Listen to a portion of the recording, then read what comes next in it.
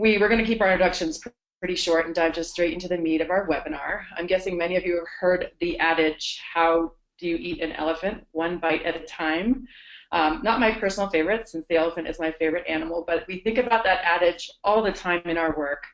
As we stated in the description of this webinar, diversity, equity, and inclusion, which we collectively will refer to as DEI, and some organizations and institutions refer to as cultural relevancy, is often seen as the elephant in the room. It's big, it's heavy, it's overwhelming, and in our work at the Avarna Group, we hope to make the pachydermic work of DEI more palatable and less paralyzing by providing folks with simple frameworks that allow them to take one bite at a time.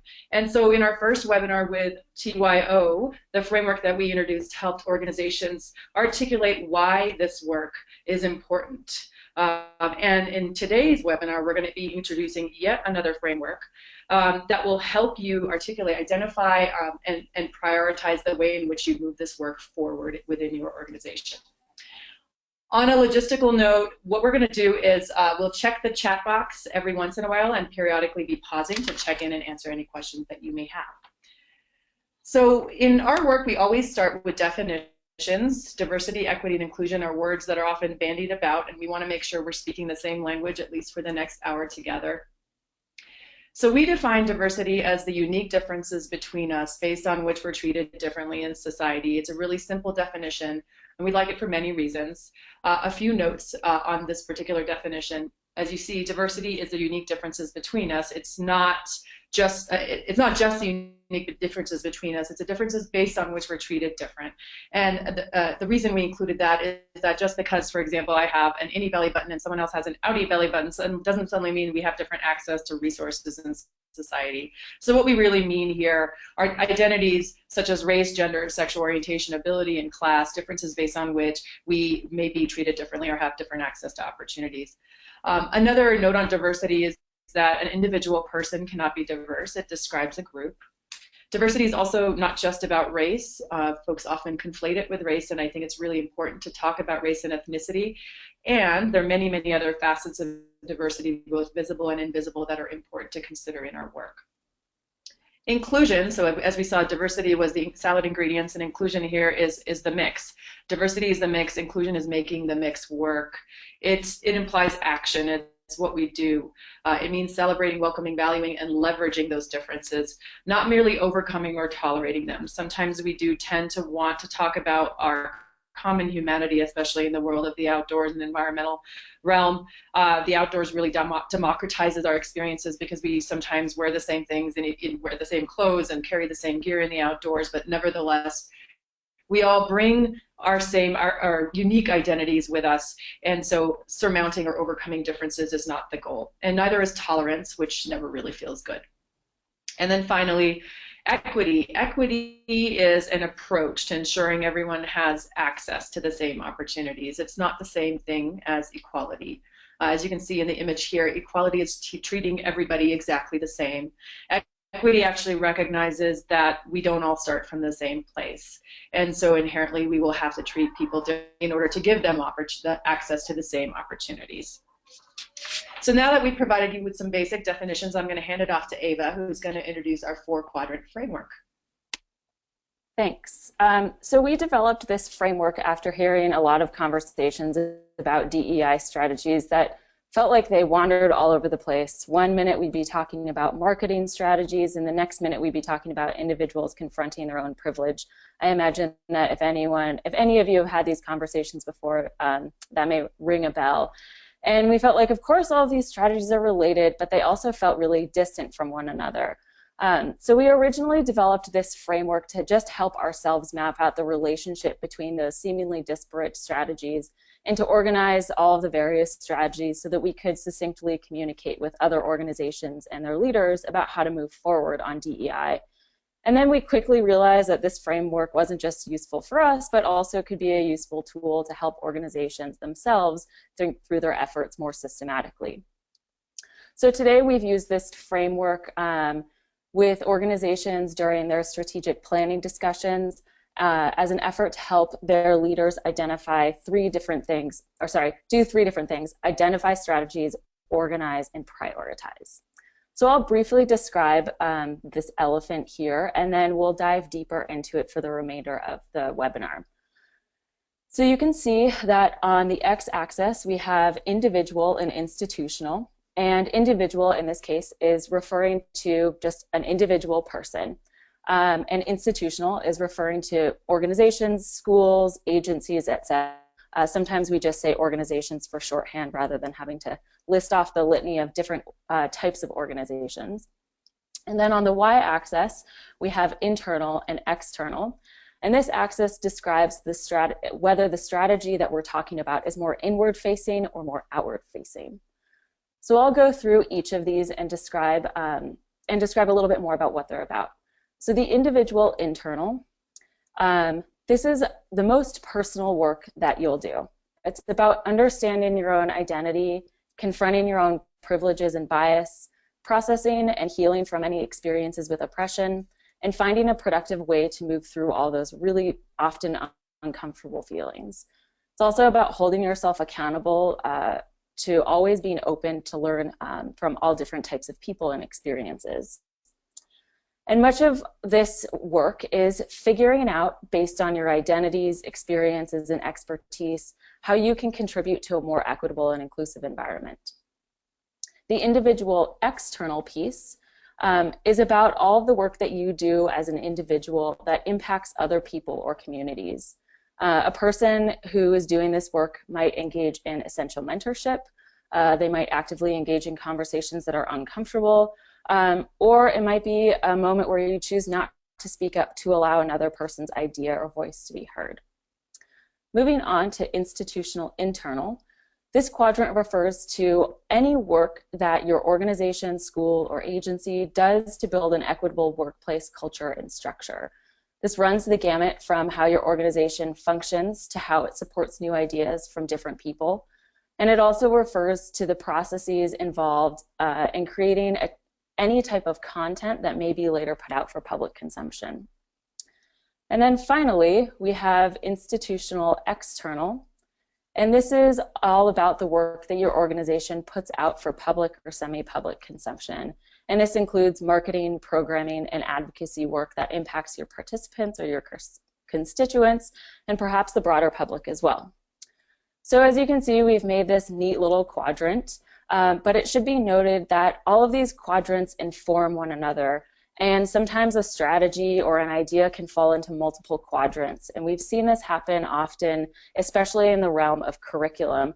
So we think that it's not only important to think about curriculum in terms of, is it culturally relevant and is it being taught in a culturally responsive way to create a positive student experience, which falls into the institutional external quadrant, but it's also really important to think about the internal process of how that curriculum is even created, which falls into the institutional internal. So that's the framework that we'll be talking about today. Before I hand it off to Aparna, I'm just going to check the chat box and the questions to see if anyone has any questions. And again, feel free to type in any questions that you have, and we will be checking in periodically and answering them throughout. It doesn't look like there are any questions, so I'll hand it off to Aparna. So I'm going to dive deep into the individual quadrants here, and we're going to start with the individual internal quadrant on the bottom left of this elephant. Most of the time, organizations ask us for a checklist of best practices. What do we do to become more inclusive, or what do we do to promote diverse talent? And what many organizations don't realize is that for DEI work to really truly succeed, constituents within these organizations, especially leadership, must be ready to look in the mirror for a while and engage in some personal work. This is never fun, and it often, you may not like what you see in the mirror, but it's really important to realize that DEI work always starts with you. And so we're going to go over some strategies here that are about that personal work. And we're going to start with this idea of hidden bias. Oops, 1 second. Sorry, everyone. I'm just going to scroll over here.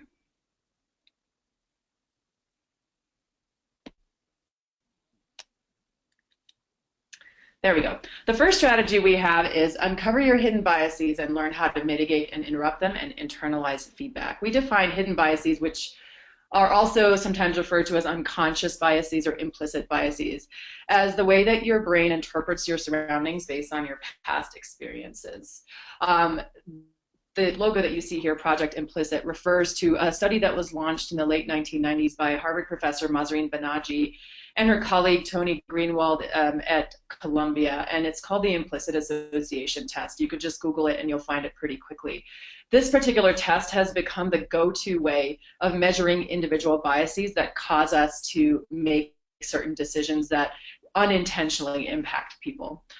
Taking the implicit association test is really eye-opening, and we encourage everyone to do it, and at the same time be ready to go into it with open eyes and an open heart, because you may not like what you find out.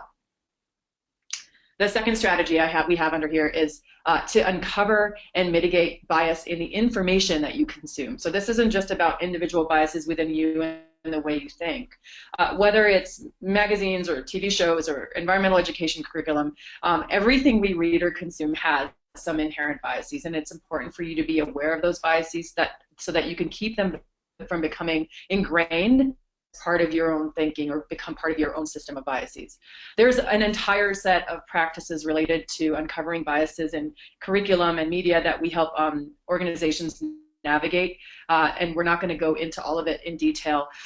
What we will say is that biases can exist in language, in messaging, in the voice, or in imagery. And in this particular example, and this came from Misadventures magazine, which did a survey of outdoor-related magazines, and found, and this was just this past winter, that in at least an Outside magazine, that there were in 85% of the bylines there were men, and only in 15% of the bylines were there women. And this is something that, as we're perusing through Outside magazine, we may not intentionally or consciously be thinking about, but knowing this information can really help us keep those biases from being ingrained in the way that we think.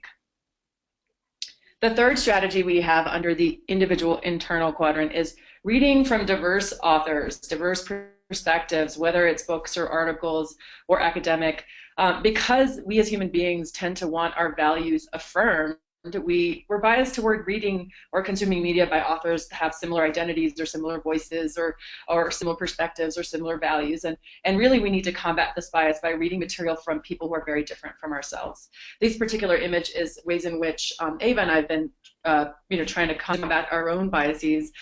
This is a 2011 anthology edited by Alison Deming and Laura Savoy, who is a professor of environmental studies and geology at Mount Holyoke College, and it's called The Colors of Nature.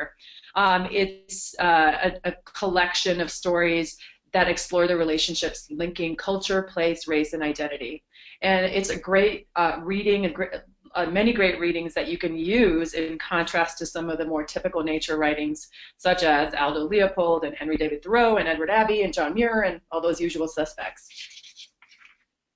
The next strategy we have under the individual internal quadrant is allocating time for learning, whether it's by podcast, articles, books, DEI workshops and trainings. This isn't really about what you read, rather it's about actually taking the time to learn. It's really hard. It's something that I have to proactively work on every day just to make sure that I'm up to date on the latest research and findings on DEI. So we encourage all of you individually to take that time to learn and actually to support your own employees in the same endeavor. One note is that learning does not mean relying on someone from a marginalized identity to educate you about their people. It happens very often. There are a ton of resources out there that can help you learn about groups and communities different from your own. And in fact, on our website, we have a free curated resources page with articles, videos, and research on DEI that you're free to peruse. The images that we've included on this slideshow here just represent some of the ways in which Ava and I have tried to allocate time for our own learning. The Intersection is a podcast that is now, I think, defunct, but you can go back and listen to it. Some great learnings there. Carolyn Finney's book, Black Faces, White Spaces, which is about the relationship of African Americans to the great outdoors. And then finally, the Social Justice Toolbox is a more practical web page that has a number of tools that you can use to explore social justice and its intersection with the outdoors. The next strategy we have under the individual internal quadrant is getting outside your comfort zone, and this can mean different things for different people, since we all have very different comfort zones. And to some folks, this can mean actually physically going to a place where you're surrounded by people with a completely different identity. And to others, it means just learning about concepts that are just blowing your mind intellectually and emotionally. Whatever it is, we urge you to get outside your comfort zone, because that is where the learning and, as this image indicates, the magic happens. And then finally, we have confront your privilege and seek healing from experiences of oppression. This is the deep stuff. We think of privilege and oppression as two sides of the same coin. Privilege we define as advantages that you may unconsciously receive just because of your identities, and oppression is the opposite. It's disadvantages that you may be subjected to just because of your identities. These words, privilege and oppression, without a lot more framing, are probably causing a lot of you on this webinar to bristle, which is okay. That's totally normal. All of you are probably at a very different place, what we call your DEI journey, and some of you may be more ready than others to talk about these words or explore them. And we're not going to go into detail except to say this, that DEI work, especially that individual personal work, can really only truly happen if people are ready to talk about words like privilege and oppression.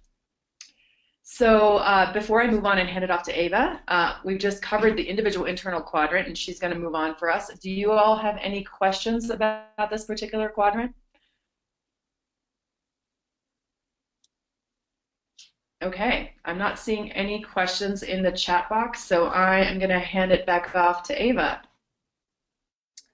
All right. So we're moving on to the individual external quadrant, and just as a reminder, this is about the work that you do as an individual that impacts other people or other communities.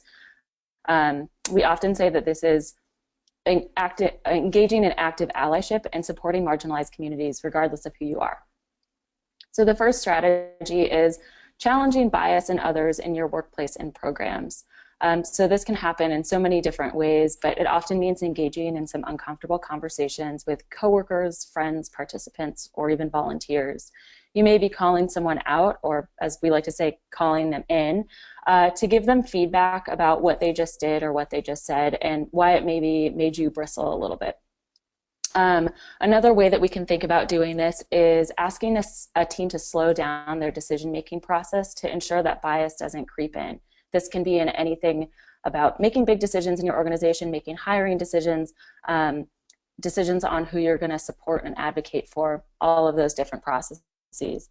And then thirdly, it also can just mean being quiet in a meeting to let other folks speak up. The second strategy is using inclusive language. And this means we're talking about when you're talking to coworkers, when you're talking to students, families, constituents, so really anyone.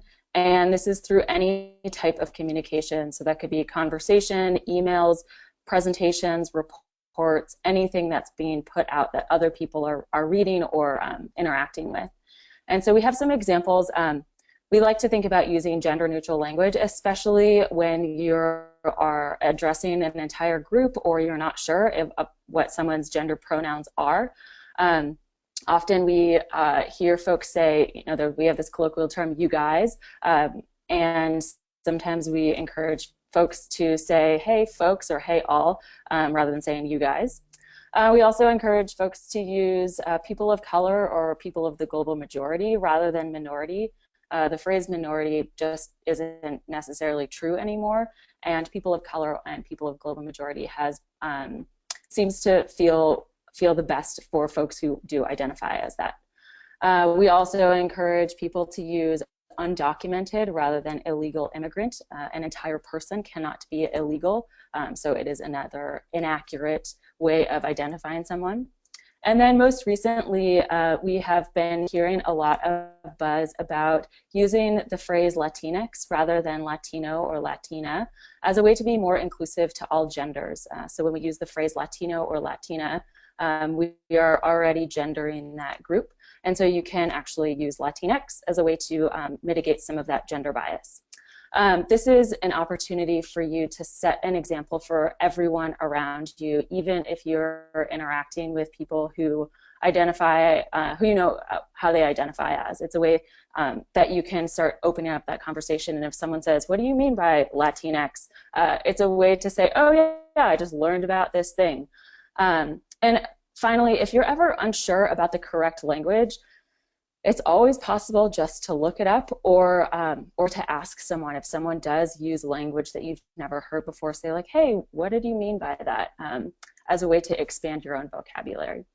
So the third strategy, moving on, is mentoring others in their DEI journey. And this can mean taking time to check in with folks, especially if they are the person that reports to you, or if you suspect they might be feeling uncomfortable for whatever reason.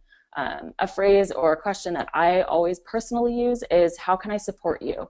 And that engages in a conversation where that person knows that you're wanting to walk with them in this journey. Additionally, in mentoring others, it's important to talk to other people who have similar identities and support each other as you work through either your privilege or experiences of oppression. For me, as a white woman, this often means talking to white folks about the guilt that they feel about their whiteness and turning that guilt into a productive feeling.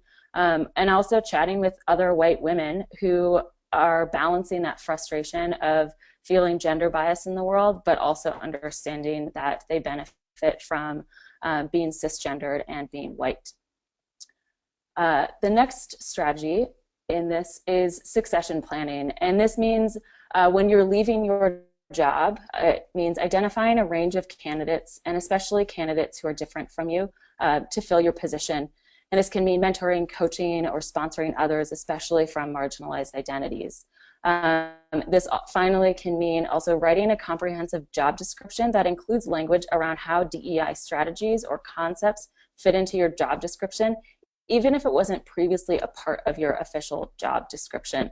It's important to start weaving that into the DNA of your organization, and that starts in part with job descriptions. So that's the individual external piece, and I will just check in to see if there are any questions. And then if there aren't, let's see here.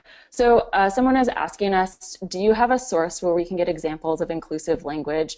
There isn't a specific source that I would say, but I think that there are different pockets. There's a lot of language around the LGBTQ community that is rapidly changing, and I think that the Safe Zone project, which is linked from our website, or you can just go, I think it's the safezoneproject.com, has a lot of really great language specifically around the queer community.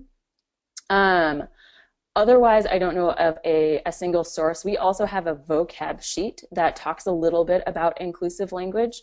Aparna, is there anything else that you would want to add to that? Yeah, I would add that we shy away from listing like, here are the do's and don'ts of language, because it's always changing, and we're always learning new things, and it's also very individualized. And if you ask, for example, whether people prefer to be identified as Black or African American, that changes sometimes person to person, as is Native American versus American Indian. And so it's really hard to say like, this is what you need to say, or the do's and don'ts of language is something that we try to shy away from, but we're happy to provide resources that are showing us what the trends are, and we have some of them on our website, and we can also we're also happy to talk to you about it. There's another question there. Yeah. What strategies do you use to turn the guilt of identifying as white into a productive feeling? I'm going to hand it off to you, Ava, since you identify as white. Yep.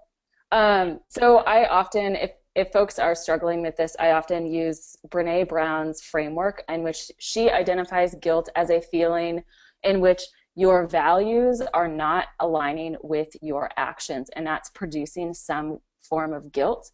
And so I generally have conversations with people about, what about your values are not aligning with your actions, and how do we reconcile that? And that gets into that gets really specific and personal pretty quickly, but that framework has been really, really useful. So I'll leave it at that for right now. There's also a bunch of different ways in which we can enter into that conversation, and it really depends on where folks are, but I find that that just framework that Brené Brown uses is actually really great. And then I'm seeing that there's one more question, which is, can you give an example or source for writing inclusion into job descriptions? And I think that this is really dependent on what the job is. If you are a marketing person, that's going to look really different than if you are an administrator, than if you are someone who's dealing with curriculum. So that piece is pretty dependent on the job. Aparna, what else would you add to that one? Yeah, we're actually about to be talking about institutional internal work, but what we will say is that we do have a free hiring toolkit on our website under the resources page that talk about some ways in which you can craft up job descriptions to cast a wide net and mitigate bias. That said, there's a lot of research out there, and we're happy to share that with you as well offline. Let's see, we do have one more comment. In the interest of time, what we're going to do is we'll move on and we'll make sure that we can answer this in the next round of questions, if that's okay, since it's not as directly related to the individual versus institutional work. So I'm going to talk about the institutional internal quadrant, and this is probably the quadrant that many folks have been waiting for, since you all represent organizations and institutions. Just as it is important for individuals to take a look in the mirror, organizations must do the same reflective work. Many organizations interested in DEI work, focus primarily on that external piece by addressing questions such as, how do we get a more diverse range of customers or clients or participants in the door? Or how do we engage in better outreach? But these organizations really need to also realize that DEI work can't be sustainable until they get their own house in order. You can bring a more diverse mix of people in the door, but they won't stay unless the environment within your organization is welcoming and inclusive. And so this quadrant is all about the ways in which you build inclusive culture within your workplace. And this includes all stakeholders, not just staff. And so the first strategy we have under here is establish a DEI statement.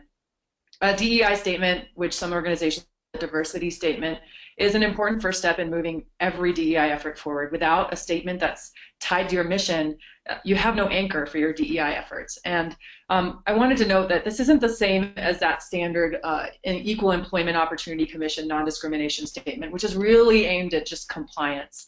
This is all about going one step beyond compliance to proactively declaring that your organization values inclusion of all people. The next strategy is develop a strategic DEI implementation plan. And this will include, goals, metrics, and tactics.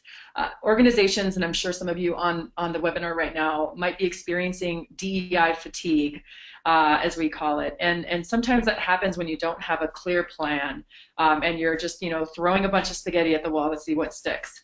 And while that effort can be productive at times, it can be really tiring.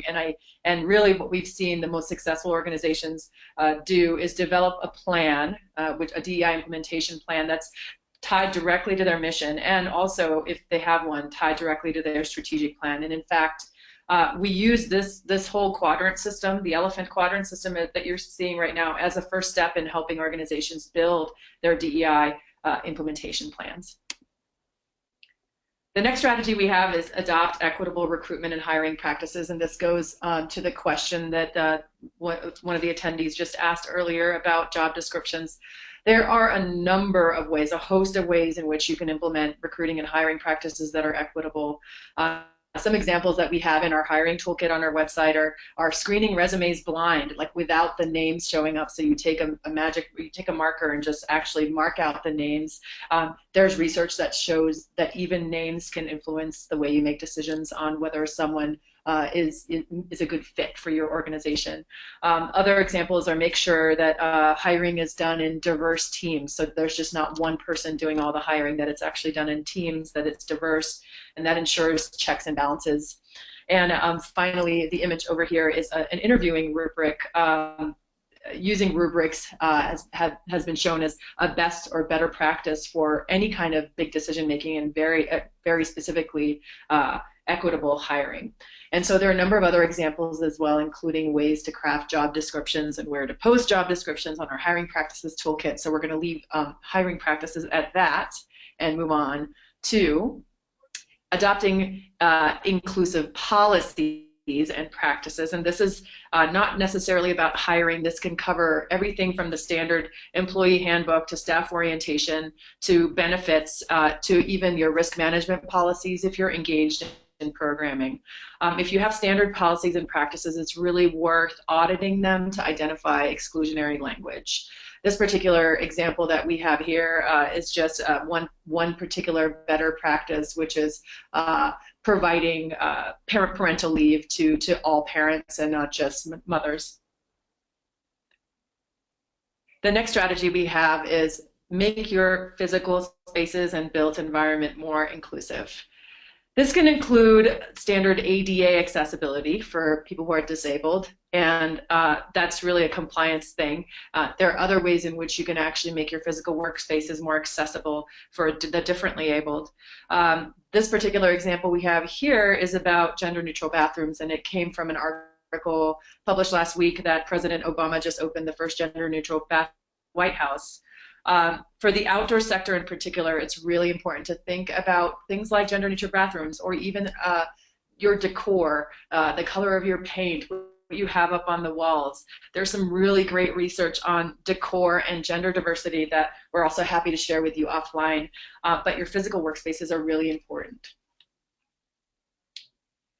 The next strategy we have is implement consistent, comprehensive, and accessible staff training that meets people where they're at, which is a lot of words.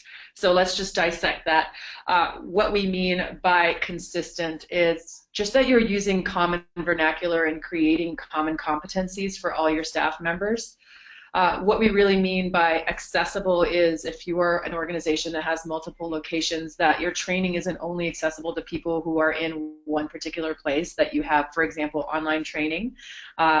And then the other piece is meeting people where they're at, which means many, many things. And we actually just wrote a blog post about it on our website. But ultimately, what meeting people where they're at means is recognizing that, as I mentioned earlier, that everyone is in a different place in their DEI journey. And you want to make sure to bring people along with you. And this can mean many things. Now, the final strategy we have is accountability. And I'm hearing a little echo of my own voice. Are other folks hearing this echo? I hear you just fine. Great. I'll cover the strategy and unplug my headset just in case that's the issue. So, building in accountability.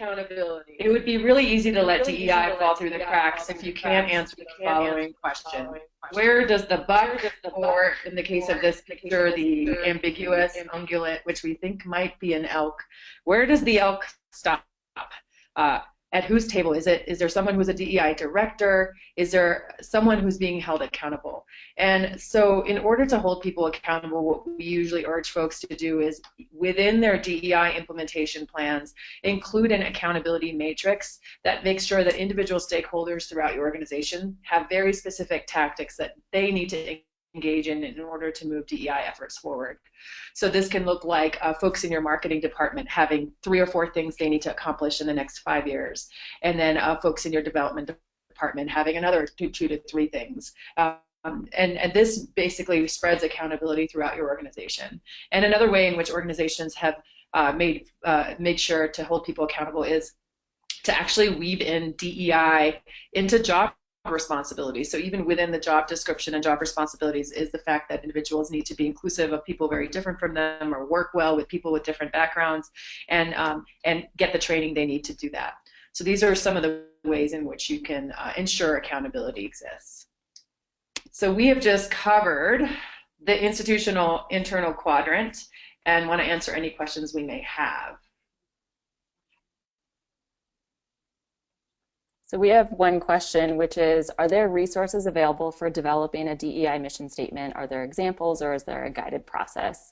I do not know of any specific guidelines of doing this. One piece that we always encourage folks to do is make sure that your DEI statement is folded into your mission, vision, and values, or whatever those establishing ideas or documents of your organization are. It's going to make it a lot easier for you then to move forward once you have a statement. We also strongly recommend that people lead with equity. It's what we at the Avarna Group would love to see more folks do. Instead of leading with this idea of diversity, which is often what happens. If we lead with diversity, it doesn't necessarily mean that there's going to be an inclusive or an equitable program or organization. If you lead with equity, it's much easier then to fold in concepts of inclusion, and then often diversity efforts follow. So those are the two guiding principles that I would think about in crafting your mission statement. Aparna, do you have anything else that you would want to add? No, I don't have anything to add. And thank you all. I'm glad that you all noticed that the echo came and left. I did want to address the question that was brought up earlier about, and that we didn't get to, which was how to work with open resistance to DEI work. And so, Faith, you said some volunteers are reacting loudly against efforts to move forward in the journey, and sometimes, and they sometimes sway others. It's tricky. Yes, it is tricky, and I think where we always like to begin is with the why, which is an hour-long webinar we did the last go-around that we encourage you to check out. In order for people to buy in, they really need to be bought into why this work is important, why it's connected to the mission, and there are many, many ways you can connect the dots for them. There are a whole host of whys, and some whys are going to resonate with your volunteers, and some whys are not. And I think one of the ways in which you can bring your volunteers along with you is to identify the whys that speak to them. Why are they motivated to volunteer for your organization? Why are they waking up in the morning and showing up and doing this work and not getting paid for it? And connect diversity, equity, and inclusion to that particular reason or passion. That is oftentimes helpful in creating buy-in. Ava, do you have anything to add to that?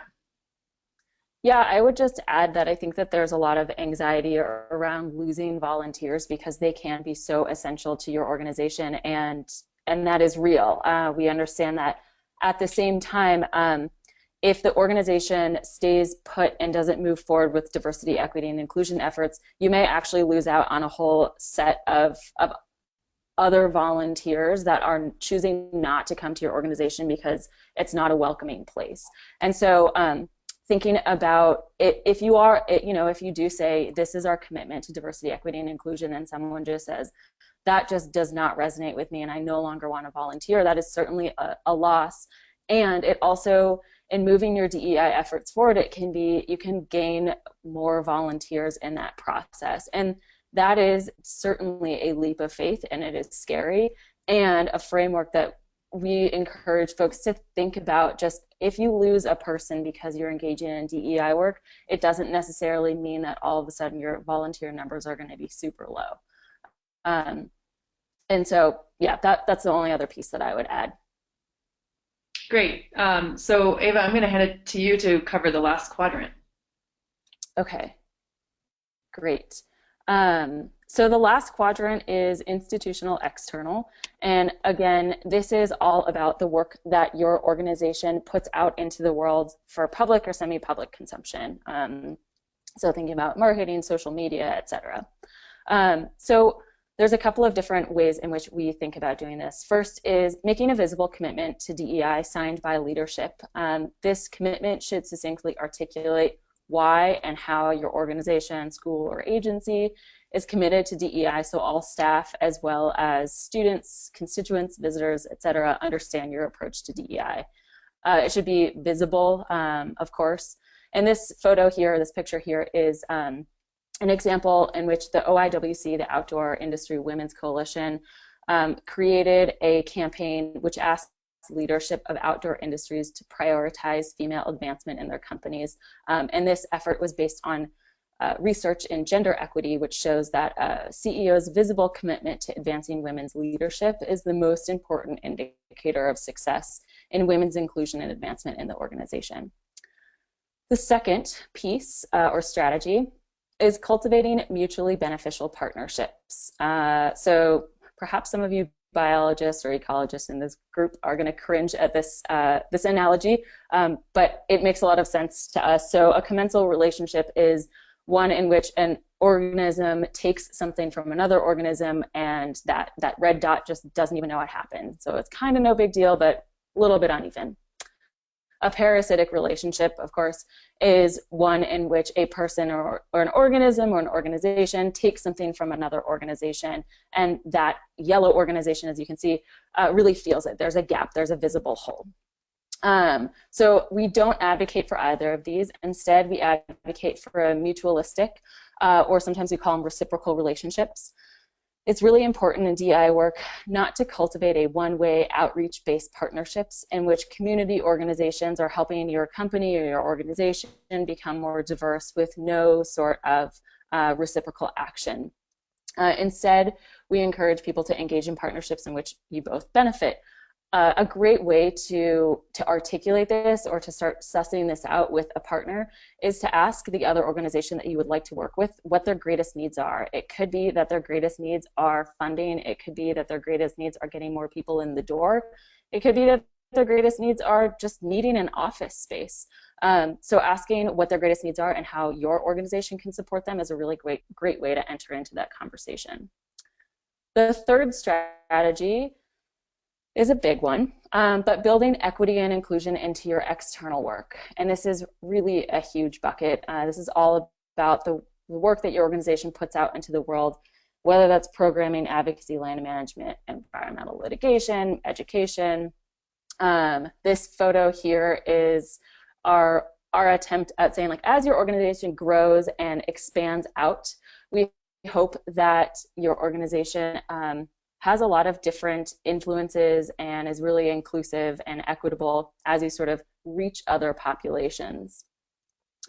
So for youth programming, for example, this can look like building inclusive program environments, equitable program models with different lengths, depths, locations, so everyone can attend, using culturally relevant curriculum and responsive instructional methods, etc. For advocacy, this may mean seeking input from traditionally marginalized voices or advocating for issues that specifically address equity and inclusion.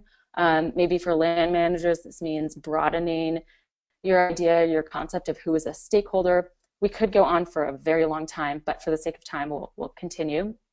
So the fourth strategy is investing in honest employment branding efforts.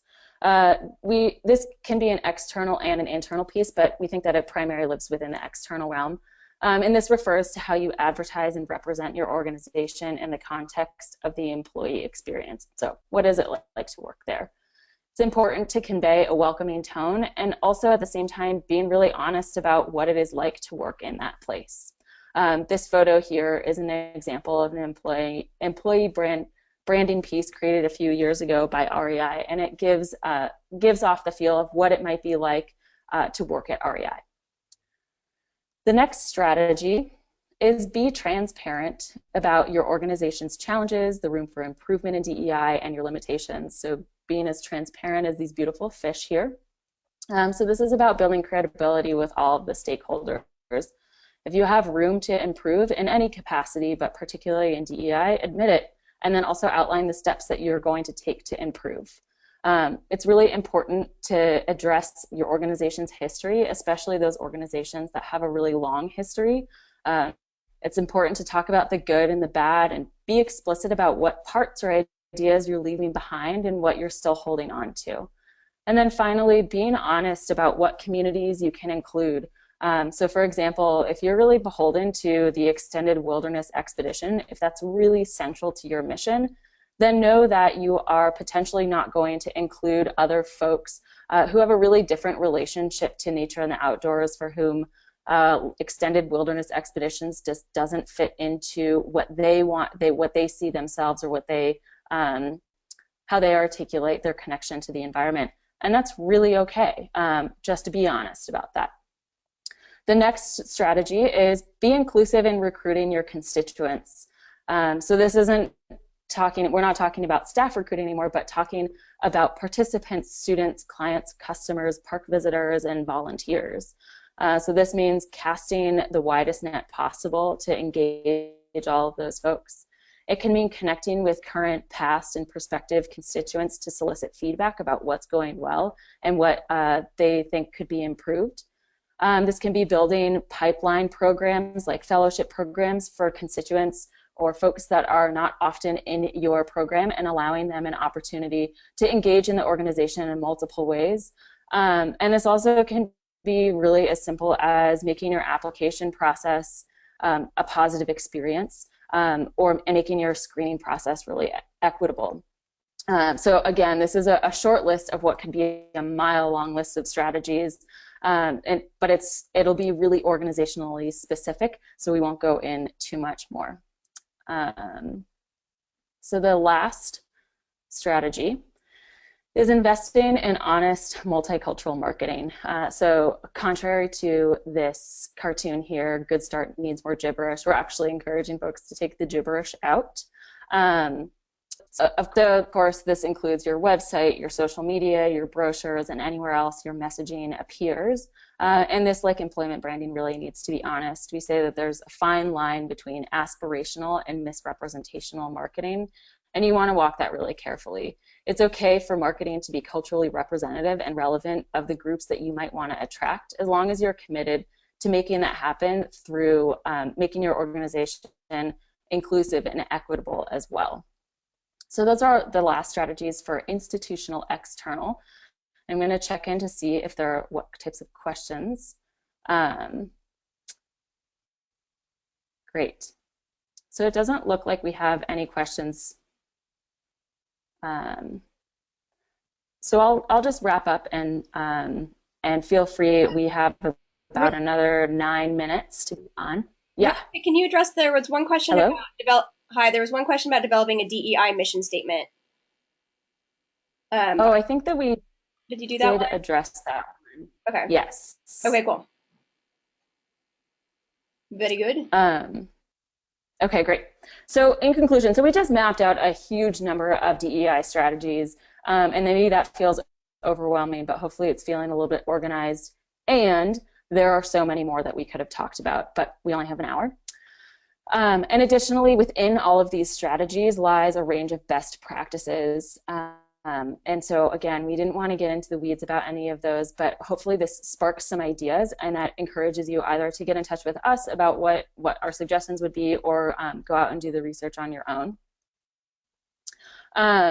What we will say is that we often find that an organization focuses entirely on one quadrant, and that often happens to be the institutional external piece. That's totally normal. And we encourage you all to make sure that you have a balanced approach, and that your organization and that you as an individual are hitting on all 4 quadrants equally or equitably. And because all of these tactics and strategies, et cetera, inform one another, it's really important to make sure that each quadrant is being addressed and supported in some capacity.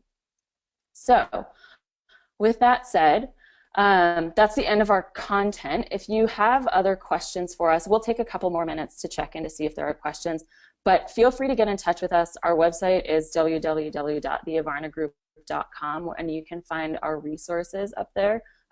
What Aparna was talking about, our free curated resources. And then feel free to email us at info@theavarnagroup.com. We're happy to answer any questions offline. I know a couple of folks have been saying they wanted to chat offline. So I'm just checking in on the questions. I see there's Faith has a question about volunteers, and this again specifically is about generally the attitude that it's anti-DEI to advertise to 20s and 30s or their families. Can you expand a little more about that?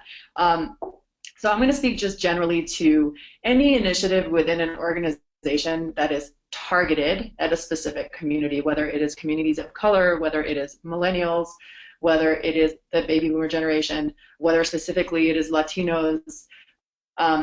Organizations often have initiatives that are very specifically targeted to attract either as constituents or as staff members very specific communities, and this you need to be able to articulate if you work for one of these organizations why you're doing this. Oftentimes people will say, well, that's just unequal, it's reverse racism. Sometimes it is brought up, and I would just go back to that image of equity versus equality, and the fact that especially if we think about the world of environmentalism, conservation, outdoor recreation has a very specific legacy and history, and we're finding ourselves where we are today, especially in terms of diversity of both staff and constituency, because of that dominant narrative, and that these initiatives are intended to actually be equitable because they're focusing on communities that are not starting from the same place, that haven't had these opportunities to begin with.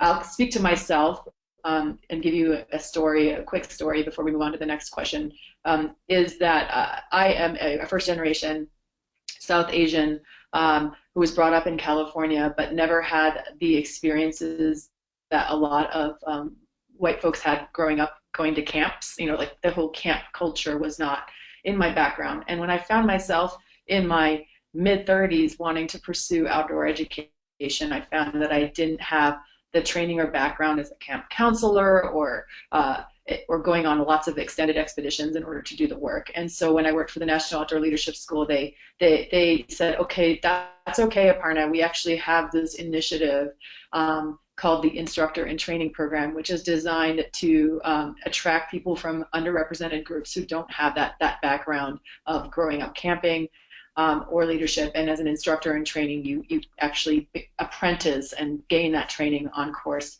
with us. I'm really thankful for that program because without it, I wouldn't have become an outdoor educator. And I think just because I didn't have access to those opportunities when I was young didn't make me not a great candidate for being an instructor. And very easily without that program, I could have been written off. So there are a lot of really great ways to talk to this particular volunteer, and I will stop there. And Faith, we're also happy to talk to you offline more about the situation. So there's one quick question that we'll answer, and then there's actually a question in the chat box that we missed. So one is, will this elephant be made available? The answer is yes. A recording of this will be available, and there is a the Prezi link is actually in the chat box, and that should be up for you all to access at any time. So that's the quick answer. And then there was another question in the chat box, and it asks, does focusing on things like language and semantics take the focus off of doing what is probably the really hard work in training and supporting staff and how to authentically relate and build relationship with diverse audiences? I think that's a really great question.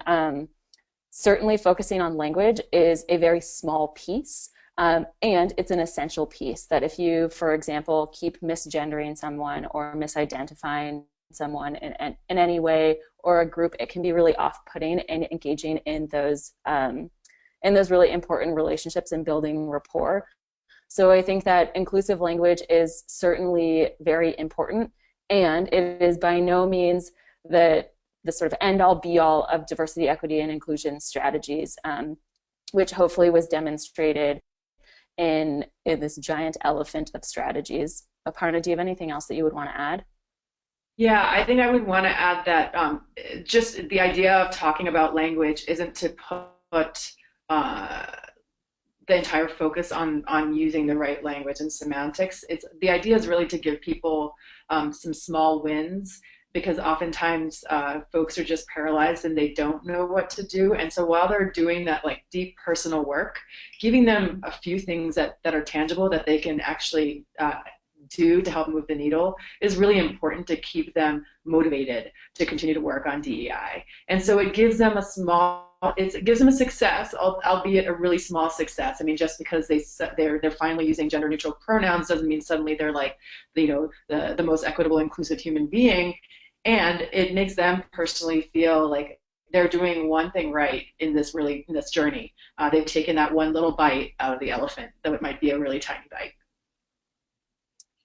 Great. So there's two more questions, and we only have a minute left. So we will try and answer these questions as best as possible. And then, again, if you all have more questions, feel free to email us. So the first question is, are there resources to help the young professionals address DEI within their institutions? And I'm guessing that this is asking, often there are some organizations where the young folks are really, the young professionals are really excited about DEI, and some of the leadership who has been there for longer is a little bit older, is not as excited about it. I think, again, this goes back to articulating the whys. So I'm making this assumption about this question.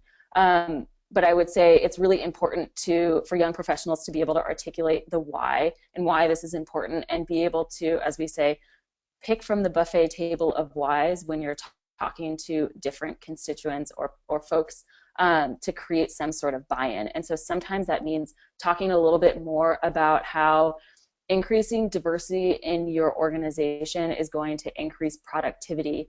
And then you can get into conversations around, okay, if we're going to have increased diversity, we also have to have inclusion, because we know that diversity does not work without inclusion and equity. So that's one way that I would think about doing that.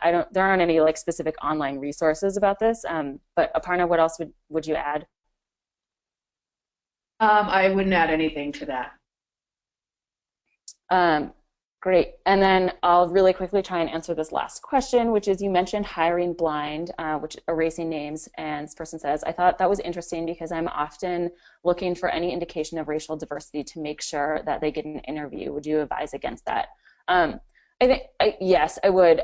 In some ways, because you just don't ever want to assume when someone's racial identity, and without knowing about that, I think that it is great to want to increase the racial diversity in your organization, but if that's something that you're really looking for, then I don't think that identifying them by name is necessarily the best way of going about that. Aparna, what else would you add? There's actually some research that shows that looking at names actually creates certain biases that could run against any sort of conscious intent you may have in order to increase racial diversity. I won't rattle off that research now, but we're happy to share it with you. What I will say is that the screening process is the first step, and ultimately you're going to have to meet the person. And if their racial identity is important to them, they'll identify it, they'll talk about their experiences, and that's when you really can make a decision. But in the screening process, we do always urge folks to screen resumes without looking at the names. Great. And with that said, Saveri, we'll hand it back off to you. Yeah, great. Thank you. Aparna and Ava, thank you so much for your time today. So many great resources and thoughts and stuff that you shared with us. So thank you. And for all of those who attended the webinar, thank you all for attending.